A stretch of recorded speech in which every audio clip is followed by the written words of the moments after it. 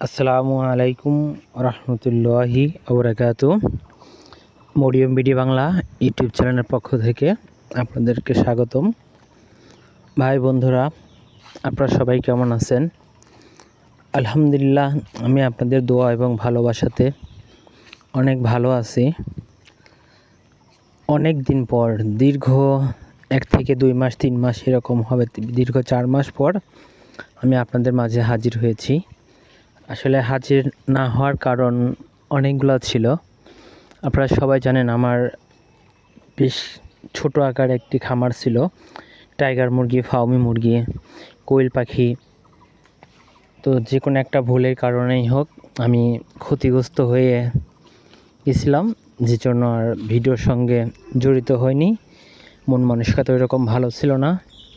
আলহামদুলিল্লাহ, আমি আপনাদের দোয়া এবং ভালোবাসাতে আবার শুরু করেছি আমার শখের একটি খামার। মানে অনেক স্বপ্ন বলতে পারেন। স্বপ্নটাকে আবার পুনরায় চালু করার জন্য আমি আবার কিছু আমার খামারে কোয়েল পাখি এবং ফাউমি মুরগির বাচ্চা একসাথে লালন পালন করছি। যদি আমার কাছ থেকে কেউ যদি কোয়েল পাখি, টাইগার মুরগি, ফাউমি মুরগি নিতে চান, যোগাযোগ করবেন। আর আপনারা সবাই আমার জন্য দোয়া করবেন। আমি যে ব্যবসাতে লস খেয়েছি সেই ব্যবসা থেকে যেন আবার পুনরায় লাভবান হতে পারি।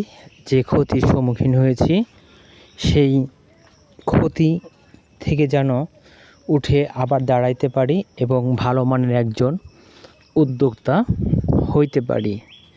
তো আসলে আমার মূল উদ্দেশ্য হচ্ছে, আমি আপনাদের সাথে একটি কথা শেয়ার করব বলেই আমি ভিডিওতে এসেছি।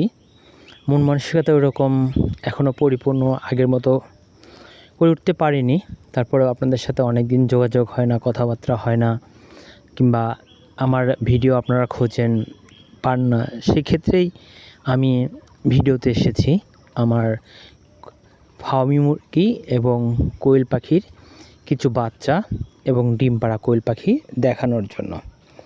তো বন্ধুরা, যারা কোয়েল পাখি লালন পালন করেন তাদের কাছে আমি একটি অনুরোধ করব, যারা কোয়েল পাখি হোক, মুরগি হোক, যেটাই লালন পালন করে থাকেন না কেন, আপনারা অনেক সতর্কতার সহিত লালন পালন করবেন। বিশেষ করে কোয়েল পাখির ক্ষেত্রে যতগুলা ভ্যাকসিন আছে সেইগুলা মেনটেন করে দিবেন এবং এদের যে একটি বাড়তি যত্ন নেয়ার চেষ্টা করবেন। তাহলে ইনশাল্লাহ দেখবেন আপনার খামারে কোনো ধরনের সমস্যাই হবে না। আর মূলত যারা বায়োসিকিউরিটি দিতে পারবেন না তাদের জন্য কোয়েল পাখি না করাই ভালো। যেমন আমার কোয়েল পাখির খামারে সব ম্যানেজমেন্টই ভালো ছিল, কিন্তু একটি ভুলের কারণে আমি আমার খামার থেকে ক্ষতিগ্রস্ত হয়েছি। সেটি হচ্ছে বায়োসিকিউরিটি। কারণ আপনি যখনই যে কোনো জিনিস আবদ্ধ অবস্থায় লালন পালন করবেন, সেক্ষেত্রে তার বায়োসিকিউরিটিটা 100% দিতে হবে। আর বায়োসিকিউরিটির উপরই নির্ভর করে আপনার খামারের পরিচালনা। তো বন্ধুরা, আমি আজকে আর বেশি কথা বলবো না, কারণ কথা বলতেই ভালো লাগে না। ব্যবসাতে সর্বপ্রথমে এসে ক্ষতিগ্রস্ত হয়েছি, অনেক টাকা ক্ষতিগ্রস্ত হয়েছি। আপনার দোয়া এবং ভালোবাসা দিয়ে আমি আবার শুরু করতেছি।